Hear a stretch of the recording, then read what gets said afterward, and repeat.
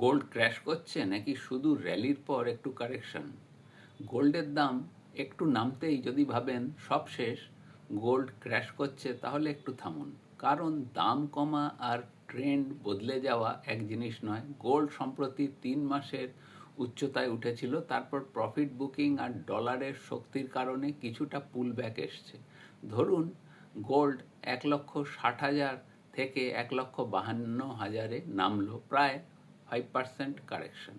এটা কি ক্র্যাশ? অবশ্যই নয়। তিনটে কারণ মনে রাখুন।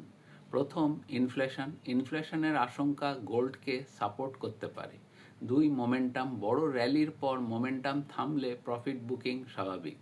তিন, বন্ডস, যদি বন্ড ইল্ড আকর্ষণীয় হয়, কিছু ইনভেস্টর গোল্ড থেকে ইল্ড জেনারেটিং অ্যাসেটের দিকে যেতে পারেন। গোল্ড নিজে কোনো ইন্টারেস্ট বা ডিভিডেন্ড দেয় না, তাই এই শর্ট টার্ম প্রাইস দেখে ডিসিশন নেওয়া বিপজ্জনক।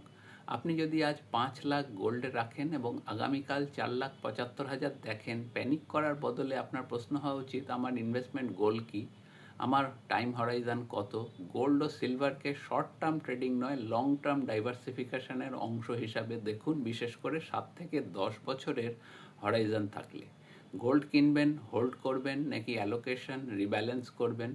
কমেন্ট করুন গোল্ড। আপনার জন্য একটি simple gold silver allocation framework share করা হবে।